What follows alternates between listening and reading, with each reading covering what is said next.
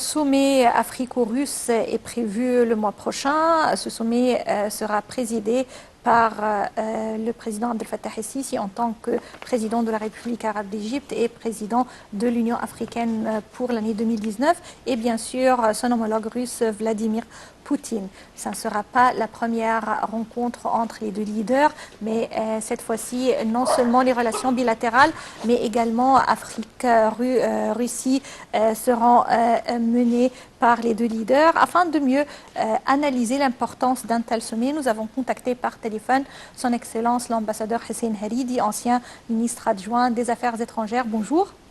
Bonjour madame.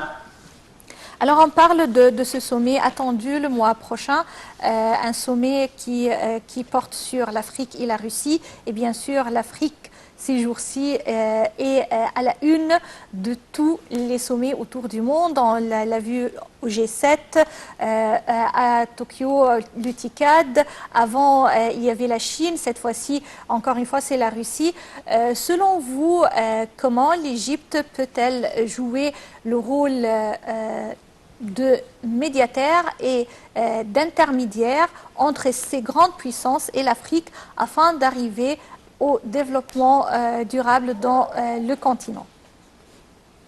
Actuellement, l'Égypte assure la présidence de l'Union africaine.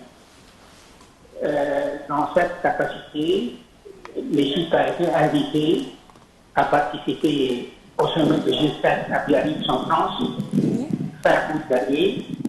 Et puis, dans la même capacité, elle a participé dans un autre sommet entre le Japon et les pays africains qui s'est tenu le 10 septembre au Japon. Oui.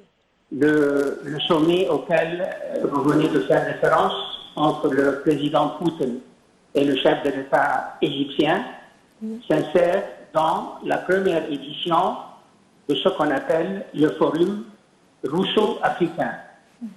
C'est la première fois que la Russie va accueillir les pays africains comme tels sur son sol pour entamer un partenariat russo-africain.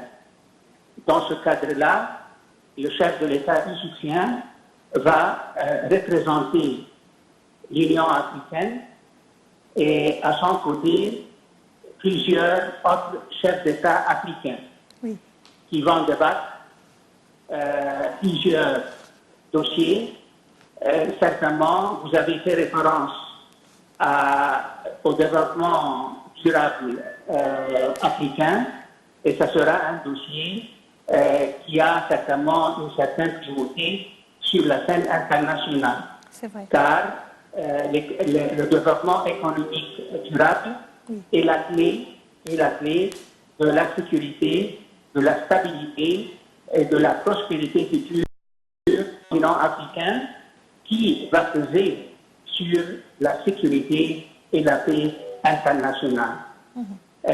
Alors, je crois que cette première édition de ce partenariat entre la Russie et les pays africains s'annonce sous des meilleurs auspices.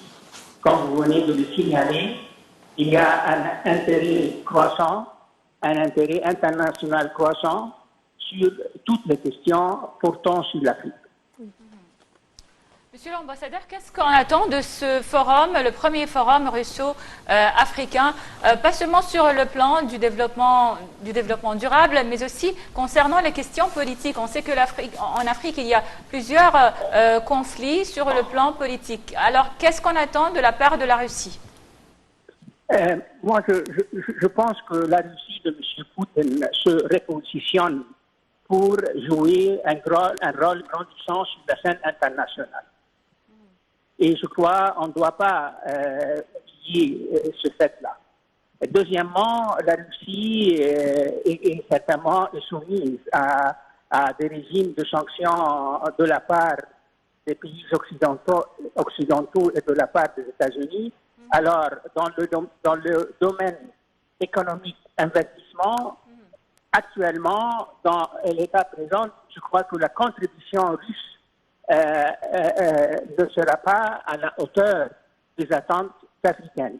Ceci dit, l'implication de la Russie dans les questions africaines est un atout de point de vue, soit de point de vue égyptien ou de point de vue africain, dans la mesure où l'intérêt des pays africains est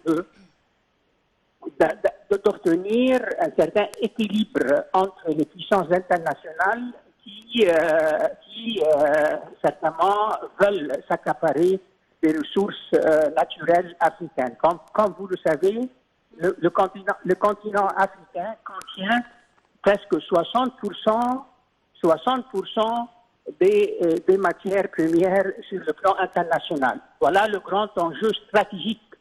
Et c'est pour cela que c'est l'importance à ce stade de l'implication de la Russie dans l'Afrique. C'est-à-dire, on doit, comme Africains, établir un équilibre de force entre toutes les puissances internationales et régionales.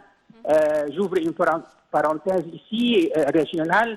Je fais référence à la Turquie, à l'Iran, par exemple, qui se disputent des sphères d'influence au sein du continent africain. Alors, ce sommet est bienvenu, mais on attend des résultats concrets de ce sommet, ce que va se résumer dans un partenariat de jeter les bases d'une coopération future entre la Russie et les pays africains.